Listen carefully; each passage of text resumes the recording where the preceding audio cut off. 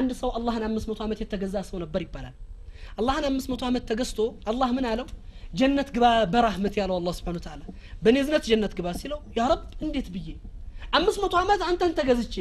ሌት ቁሜ ቀን ጾሜ ኢባዳ ያደረኩ ኑሬ እንዴት ብዬ ነው ባንተ ዝነት ጀነት ምገባው ስራዬስ የት ገብቶ ይሏል በስራ ካልክም አላህ Subhanahu Wa Ta'ala ነው በስራ የምትተማመን ከሆነ የላ ያንተ የሰራው ስራ አለ እኛ ደግሞ ላንተ ያዋልነው ጸጋለ ኒዕማለን እስቲ ሌላ ሁሉ ይቅርና በአይኔ የተጠቀምክበት 500 ዓመት የተጠቀምክበት ጸጋ ብቻ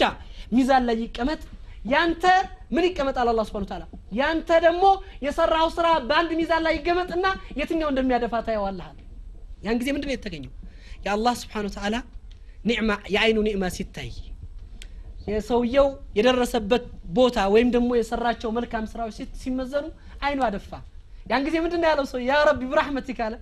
ባንተ ዝነት ነው ጀነት መግባት የሚቻለው ያኒ በዝነትህ ጀነት አስገባኝ ነው የሚለው ይሄ ምን ነው የሚያሳየን መሰላችሁ ምንድነው የሚያመላክተን አንተ ምን ጊዜ የምትሰራው ስራ የፈለከውን አይነት ኸይር ስራ ብትሰራ ብታበዛ ወይም ባበዛ ብታበጂ ምንድነው የሚሆነው ያ ስራ ለጀነት መግቢያ ሰበብ ይሆናል እንጂ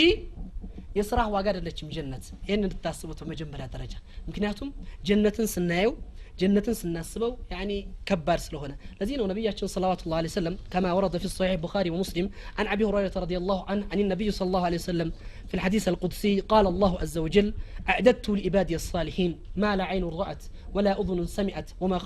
ولا خطرت على قلب البشر الا الله سبحانه وتعالى ለባሮቼ ለነዛ መልካም ባሮች አዘጋጅቼላቸዋለሁ ይላል አላህ Subhanahu Wa Ta'ala ما لا عين رأت عين አይታት ማታቀው ይላል ولا أذن سمعت يسو جرو سمتوت ما يقول لزة